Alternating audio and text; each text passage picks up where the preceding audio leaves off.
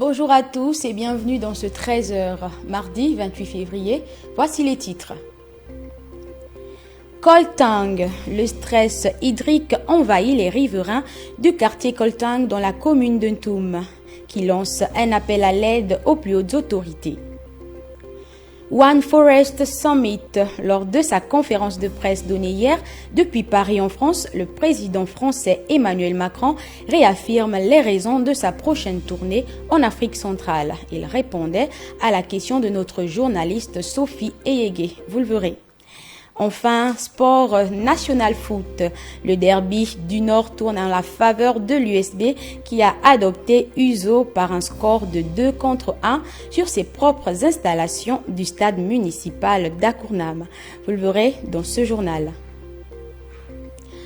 Je vous l'ai dit en titre, absence d'eau potable à Koltanraï, un quartier du 2e arrondissement de la commune de Ntoum. Une situation qui, depuis des années, semble rendre la vie difficile aux populations de cette partie du pays. Reportage signé Jessica Onjoa.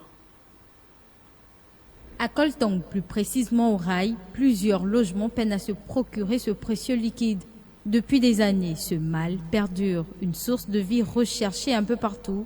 Comment venir à bout de ce phénomène? Quand vous regardez au bord des maisons, là, est-ce que vous voyez même un robinet? Même pas un tuyau qui passe. Non plus de l'eau ailleurs, à 1 kilomètre. L'épaule est déjà même gaspillée avec les bidons de 20 litres que je mets sur l'épaule, les fûts, je transporte. Il n'y a pas de l'eau, amenez de l'eau. Hein? L'argent que pour garder dans vos grosses maisons, là, les millions et les millions. Oui, il n'y a pas l'eau. Même pas une goutte d'eau. Même pas une goutte. Nous, on fait de l'eau importée. On achète encore de l'eau chez les voisins, les Ouest-Africains viennent nous livrer et on achète l'eau à 15 000 chaque tout. Avec les travaux d'adduction en eau potable initiés par les plus hautes autorités du gouvernement, la difficulté d'approvisionnement en eau potable dans le Grand Libreville et bien plus dans les 3 autres communes se fait toujours sentir. Nous avons un Ouest-Africain qui avait fait son puits depuis qu'il est arrivé ici. C'est un puits qui alimente toute la population en saison sèche. Tout le monde se rabatte là-bas prendre de l'eau. Parce que quand il n'y a plus de pluie, on n'a plus de l'eau. Donc le Ouest africain a fait un grand puits là-bas. C'est ce puits-là vraiment qui ravitaille les gens. Mais quand le mois de septembre arrive, l'eau n'est plus bonne. C'est maintenant de la boue. On a le courant, il n'y a pas de problème. Mais l'eau, on n'en a pas. Une maman comme moi, je suis fatiguée. Si j'ai une machine à laver que les enfants m'ont offerte, je vais la brancher comment? Et la machine manuelle aussi, c'est du travail. Il faut prendre de l'eau, remettre dans la machine pour laver le linge. Une situation qui accroît les conditions de précarité dans lesquelles vivent les populations dans cette partie de la ville de Ntoum. Et puis, le traditionnel conseil de ministres s'est tenu hier au palais du bord de mer. Les travaux dirigés par le chef de l'État, Ali Bongo Ondimba, ont examiné les points relatifs au développement de la nation, à la lutte contre la vie chère et aux projets inscrits dans le plan d'accélération et de la transformation. Ce conseil était précédé par la prestation du serment du ministre délégué auprès du ministre des Transports, presse présidentielle. Présidé par le chef de l'État Ali Bongo Ondimba, le présent Conseil de ministres se tient au lendemain de la 22e session ordinaire de la conférence de chefs d'État et de gouvernement de la communauté économique des États de l'Afrique centrale, CEAC. Un sommet au cours duquel le numéro 1 gabonais a pris la présidence de l'organisation sous-régionale et dressé son programme d'action au bénéfice des États membres et de leurs peuples respectifs. Le président de la République et l'équipe gouvernementale se sont également penchés sur le One Forest Summit, une rencontre de haut niveau qui réunit les experts, les gouvernements et les chefs d'État du monde pour statuer sur les ambitions collectives en matière de préservation et de gestion durable des forêts tropicales et qui se tient dans quelques heures dans la capitale gabonaise. Ce conclave a également permis d'évaluer l'efficacité de l'action gouvernementale dans tous les secteurs inscrits dans le plan d'accélération de la transformation, PAT. Ce conseil de ministres a été précédé de la prestation de serment du ministre délégué auprès du ministre des Transports devant le chef de l'État Ali Bongo Ondimba et en présence de la Cour constitutionnelle, du vice-président et de l'équipe ministérielle. Éric Joël Bekali a pris l'engagement de remplir les devoirs de sa charge dans le strict respect de ses obligations de loyauté à l'égard du président de la République. Et puis, hier, depuis l'Élysée, le président français Emmanuel Macron s'est exprimé sur sa tournée en Afrique centrale du 1er au 5 mars. Sa délégation se rendra à Luanda, à Brazzaville et à Kinshasa juste après le One Forest Summit qui se déroulera à Libreville. Sa visite, malgré le contexte politique, se concentrera sur l'environnement. Écoutons cet extrait. Bonjour, Sophie Yégué, je suis journaliste à Libreville pour une télévision locale TV+. Et je me demandais, comprenez-vous qu'à quelques mois de l'élection présidentielle ici au Gabon, avec un sentiment anti-France qui naît qui se propage en Afrique de l'Ouest et qui naît de plus en plus ici, que votre venue puisse susciter des réactions? Alors, je comprendrais si je venais faire un déplacement électoral à finalité strictement bilatérale ou politique. Mais nous irons précisément à Libreville pour faire ce en quoi je crois, c'est-à-dire une grande initiative internationale essentielle en matière de biodiversité. Le ministre à mes côtés, très cohérente avec ce que nous avons défendu dans les COP successives, y compris à Montréal, et de le faire dans un pays qui est concerné et que nous mettons en situation de leadership. Regardez ces dernières décennies, on a pris beaucoup de décisions pour les forêts, on les a prises dans beaucoup de capitales du Nord. Alors on peut continuer de décider, de Montréal à Paris, l'avenir des forêts primaires qui se situent en Asie du Sud-Est, dans le bassin du fleuve Congo ou en Amazonie. Moi je trouve que c'est mieux de le faire avec les pays concernés et chez eux. Et donc le sommet de Libreville, puisque c'est ce pourquoi je viens parmi vous avec notre délégation dans quelques jours, est un sommet essentiel sur les forêts, pour lutter contre les déforestations, les dégradations, la perte de biodiversité, parce que la pression sur les forêts tropicales s'accroît. Et donc, fort de ce constat, de l'agenda international que nous avons bâti, nous avons choisi le Gabon. Donc, en organisant à Libreville ce sommet, nous avons souhaité valoriser la richesse des forêts africaines, encore trop méconnues du grand public, et associer d'ailleurs les autres pays du bassin du Congo, qui jouent un rôle essentiel. C'est le premier poumon de la planète. Le bassin du Congo est celui qui séquestre le plus de carbone devant l'Amazonie. C'est aussi un réservoir de vie qui s'étend sur plus de 240 millions d'hectares et qui contient des trésors inestimables de biodiversité. Et ça, il faut le dire, l'assumer, en être fier. Et ce que nous souhaitons faire, c'est créer aussi un modèle qui soit adapté à l'Afrique et qui ne vienne pas se plaquer sur le continent africain. Et donc l'objectif est à cet égard de rassembler ceux qui développent des solutions et les soutenir, avec des scientifiques, des entrepreneurs, des associations, des chercheurs, pour justement avancer. Le Gabon, par exemple, est un pays qui a su développer une politique de gestion forestière efficace, en interdisant l'exportation de bois brut en 2010 et en favorisant une économie qui transforme localement, de manière durable, et qui rémunère mieux sa population. Et donc l'objectif pour moi de ce sommet, c'est pourquoi j'assume pleinement de le faire maintenant, comme on en a pris l'engagement à Sharm el-Sheikh, c'est d'abord de mettre en place nos objectifs des différentes COP et surtout de réussir à valoriser le capital naturel dont ces économies disposent à profusion. Et c'est un des grands paradoxes. On sait rémunérer les reforestations dans nos modèles nationaux ou internationaux. On rémunère très mal le fait de protéger ce qu'on a. Et donc ces réservoirs de biodiversité. Et donc c'est ce que nous allons mettre en place, ce sera l'un des grands axes de ce sommet, fixer les paramètres d'un accord juste entre les pays forestiers et le reste de la communauté internationale, avec entre autres l'initiative Partenariat pour conservation positive, qui se résume assez simplement. C'est un contrat entre un pays forestier qui s'engage à protéger sa nature, et notamment les réserves les plus vitales de carbone et de biodiversité, en échange d'un soutien plus important de la communauté internationale. Sous le thème « La jeunesse face aux enjeux du développement des écosystèmes forestiers, des écosystèmes forestiers et de la biodiversité », le One Forest Summit Forum est un événement qui se tient durant 2 jours à Libreville, qui réunit plusieurs jeunes venus de partout. Occasion pour cette jeunesse éprise de la justice climatique de faire entendre sa voix. Maya Meza.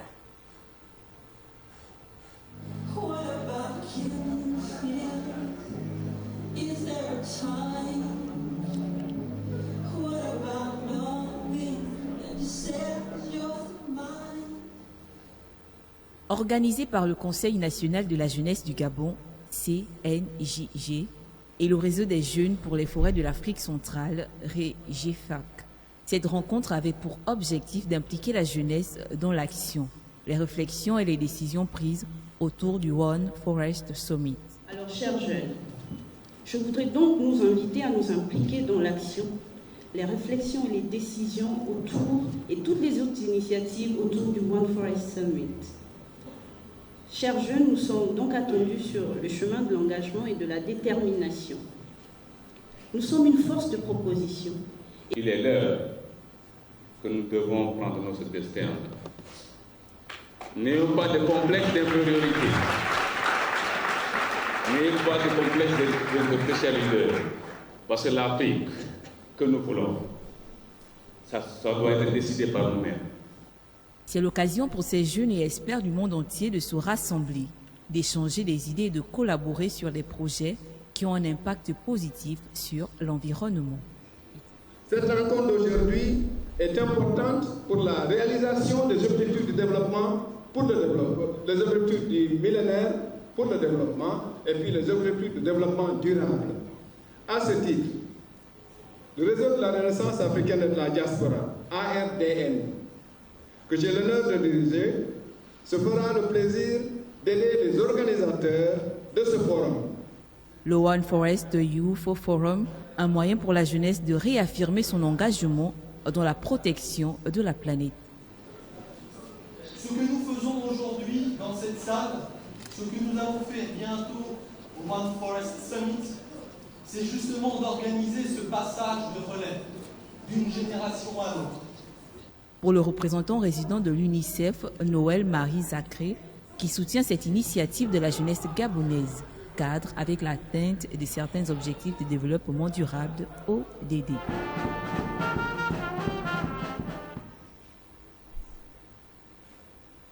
Et puis, dans le cadre des préparatifs du One Forest Summit, une réunion scientifique sur le bassin du Congo est organisée du 27 au 28 au Cap Exterias. Objectif, souligner l'importance d'investir dans la recherche scientifique, la forêt tropicale et sa biodiversité. Sidela Niman. Les ministres de l'Environnement et les scientifiques d'Afrique centrale l'ont dit à l'unanimité. Des investissements urgents à hauteur de 150 millions de dollars pour étudier et protéger les forêts du bassin du Congo et leur biodiversité sont nécessaires. À l'approche du One Forest Summit à Libreville, des chercheurs de la communauté scientifique du bassin du Congo, des scientifiques du bassin amazonien ainsi que de nombreux professeurs, chercheurs du monde entier, notamment du Brésil, des États-Unis ou encore de la Suède, se sont réunis pour évoquer la question de la recherche scientifique au sein des forêts tropicales. L'objectif de cette réunion est de discuter des besoins en termes de recherche en Afrique centrale et convenir d'un plan concret pour l'initiative de promotion des sciences du climat dans le bassin du Congo, dans le but de pouvoir entrer en contact avec les bailleurs de fonds. La recherche scientifique a fait ses preuves concernant le bassin amazonien, comme en a témoigné l'expert du programme Expérience Biosphère-Atmosphère à grande échelle en Amazonie. Des progrès importants ont été réalisés grâce à des études et de nombreuses données sur l'utilisation et la couverture des terres.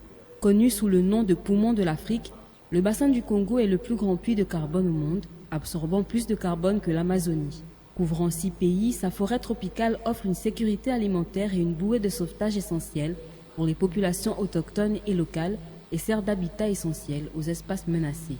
Cependant, la zone est de plus en plus menacée en raison de la déforestation, de la dégradation de l'environnement, des populations croissantes et de l'impact du changement climatique. Pour ce panel scientifique, une seule solution pour y remédier, la mobilisation d'investissements majeurs dans la recherche et la formation. Les parlementaires d'Afrique centrale en conclave depuis hier à l'Assemblée nationale du Gabon, dans le cadre du Repart AC et du RAPAC-SAN. 2 jours durant, les échanges porteront sur la sécurité alimentaire et les changements climatiques. Le président de l'Assemblée nationale, Faustin Boukoubi, a ouvert les travaux. Estelle Mvan. C'est conscient de leurs responsabilités envers les peuples qu'ils représentent au sein de leurs parlements respectifs que les parlementaires de l'Afrique centrale ont décidé de mettre un accent particulier sur les problématiques liées à la sécurité alimentaire et au changement climatique. Ces sujets seront au centre des discussions ouvertes ce lundi à l'Assemblée nationale du Gabon dans le cadre de 2 événements majeurs. La 3e conférence internationale des parlementaires sur la gestion durable des écosystèmes forestiers d'Afrique centrale repart autour du thème « L'action parlementaire face aux défis environnementaux émergents de la sous-région ». Et la conférence des présidents des alliances parlementaires d'Afrique centrale pour la sécurité alimentaire et nutritionnelle, dont le thème porte sur la contribution des alliances parlementaires d'Afrique centrale pour la sécurité alimentaire et nutritionnelle, bilan, défis, perspectives avant d'aboutir au renouvellement du bureau du réseau des aires protégées d'Afrique centrale, Rapaxan.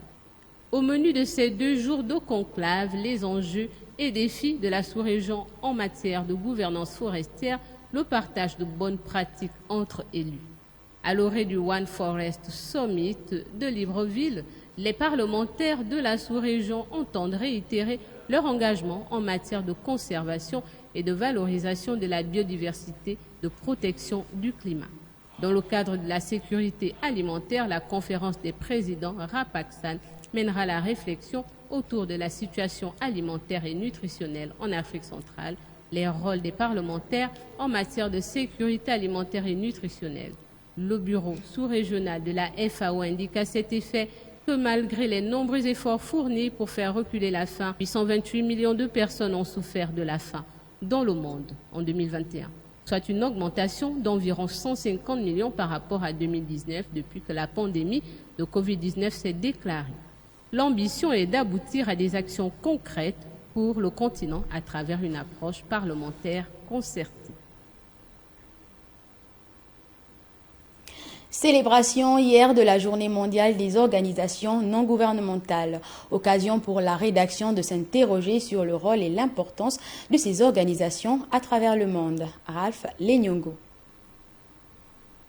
Les organisations non gouvernementales ont une histoire qui remonte au moins à la fin du XVIIe siècle. Les ONG ont joué un rôle crucial dans la lutte anti-esclavagiste et la pression mondiale en faveur du suffrage des femmes, même si l'expression « organisation non gouvernementale » n'a pas été utilisée avant 1945 avec la création des Nations Unies. À l'ère de la mondialisation, les organisations non gouvernementales ont insisté avec force sur les questions humanitaires, l'aide au développement et le développement durable et ont souvent été félicitées pour avoir réussi lorsque les organismes internationaux tels que les Nations Unies ont échoué. Pour Mohamed Sanoun, ancien envoyé des Nations Unies en Somalie, les ONG ont totalement dépassé les efforts de l'ONU en matière de fourniture d'assistance humanitaire grâce à leurs compétences et leur dévouement. Les ONG jouent un rôle précieux dans la communauté internationale. Elles travaillent sans relâche et souvent dans les coulisses pour aider ceux qui en ont le plus besoin et fournir des outils et des ressources permettant à ceux-ci de s'aider eux-mêmes. La célébration mondiale des organisations non gouvernementales est l'occasion de célébrer leurs succès internationaux, tirer des leçons de leurs lacunes et continuer à innover en proposant de nouvelles idées sur la manière d'améliorer le monde des personnes vulnérables et exclues. Imaginé par le jeune philanthrope Martius Lios Skadamanis en 2009, c'est le 27 février 2014 que cette journée prendra une dimension internationale avec sa reconnaissance par l'ONU. Note sombre dans cette édition, décès hier en France de Jean-François Ngonga Ovono à l'âge de 78 ans. L'ancien ministre de la Communication sous Omar Bongo a tiré sa révérence suite à une courte maladie. Une situation triste, durement vécue par ses proches. Alexandre Baondo. Le monde politique gabonais est en deuil. Un des barons de l'arène politique gabonaise s'en est allé. François Ngonga Ovono, appelé affectueusement Eboué, a tiré sa révérence ce dimanche à Paris, en France, des suites d'une courte maladie.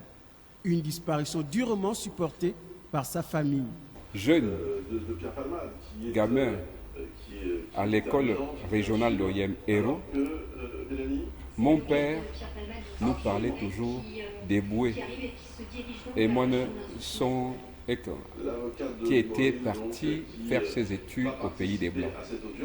Pour nous, Eboué était une légende pour tous les enfants qui ont grandi à Djougou, au Koweït, Monaco, au Yémen d'une manière générale. Et je me rappelle, je crois que ma tante Véronique, son épouse,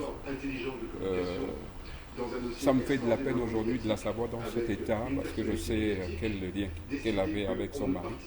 Dans sa longue carrière politique, celui qu'on appelle amicalement le prince de Ndamba a singulièrement œuvré pour la carrière des jeunes du Wellington. Cette fine fleur de la politique du Septentrion est restée sans voix face à la mort de l'illustre disparu. Pour nous, en fait, c'est une grande perte. Nous n'avons plus, évidemment, de repères. Politiquement, je dirais même administrativement. C'est une grande perte pour nous, les cadres, qui l'avons connu, qui nous a toujours soutenus. Nous disons vraiment, nous sommes dans le malheur, dans la solitude. L'homme d'État était professeur de formation, sénateur élu du département du Wele dans la commune de Yem. Il intègre le gouvernement sous Omar Bongo, président du Conseil national de la communication et député de la commune de Yem. Cap à l'intérieur du pays, dans la province du Haut-Ogooué, organisation de la première édition des valeurs dites culturelles et sociales au lycée technologique de Lekoni dans la province du Haut-Ogooué. Objectif, permettre aux apprenants de démontrer leurs connaissances en matière culturelle. Reportage de Wilson Bakassa, notre correspondant sur place. L'édite des valeurs culturelles et sociales organisée par la direction du lycée technologique de Lekoni a tenu toutes ses promesses au regard de la multiplicité des différents ateliers animés par les apprenants de ce temple du savoir. Au nombre des activités retenues, la célébration du mariage coutumier dans la pure tradition Teke.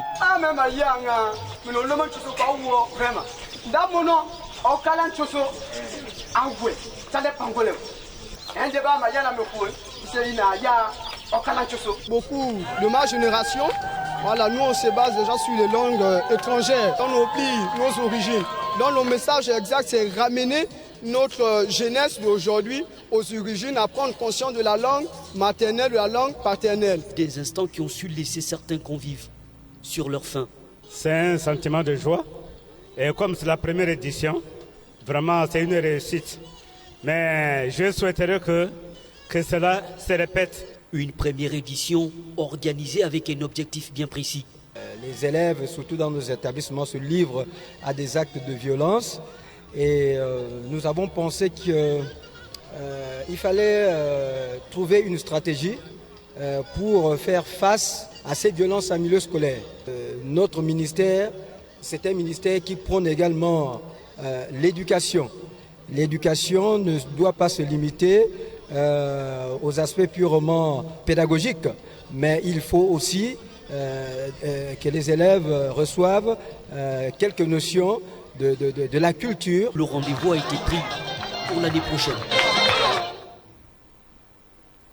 Et en sport, cette fois-ci, l'hécatombe de l'équipe chère au département du Wele a eu lieu ce week-end devant son immense public qui croyait comme faire au triomphe de l'Union sportive d'Oyem. Malheureusement, ce sont les visiteurs de l'Union sportive de Bitam qui se sont imposés 1-2 et retournent avec les 3 points. Reportage signé Jermin Goma. L'Union sportive d'Oyem recevait l'Union sportive de Bitam sur ses installations au stade d'Aquacam, nouvellement rénové. Un derby de 2 villes voisines de la province du Wellington qui aura tenu toutes ses promesses. 1-2 en faveur des visiteurs de l'Union sportive de Bitam. À l'entame de cette rencontre, l'Union sportive de Bitam a pris les choses en main et lance véritablement le derby grâce à un but de Marc Eyamba à la 19e minute. 1-0. C'est l'euphorie dans les tribunes côté bitamois. Ce sera le score à la pause. De retour des vestiaires, le Nordico est relancé avec la même envie. Les poulains de l'expérimenté coach Claude Pascal Kossi, qui ont ouvert le score en première période, font le break par l'entremise de Yoni Oyumi à la 60e minute, 2-0. Très poussif, les joueurs de l'Union sportive d'Oyem trouvent la faille et rebusent le score à la 81e minute par l'entremise de Henri Eyene Obam. 1-2, le score ne changera plus jusqu'à la fin de la rencontre. Les Oyemois peuvent nourrir des regrets. Encore appelé le Nordico ou Derby du Nord, le stade d'Aquacam a donc été le théâtre d'un match très plaisant. Les joueurs de l'Union sportive de Bitam ont pris les 3 points sur leur adversaire du jour, dont plusieurs améliorations devront être faites. L'USB, en remportant ce match, s'inscrit véritablement sur une dynamique positive après avoir battu Manga Sport de Mwanda et Lozo Sport. Ça leur permet justement de se hisser à la 4e place du classement général de ce championnat national de première division. L'Union sportive de Bitam confirme véritablement sa suprématie dans le derby nordiste.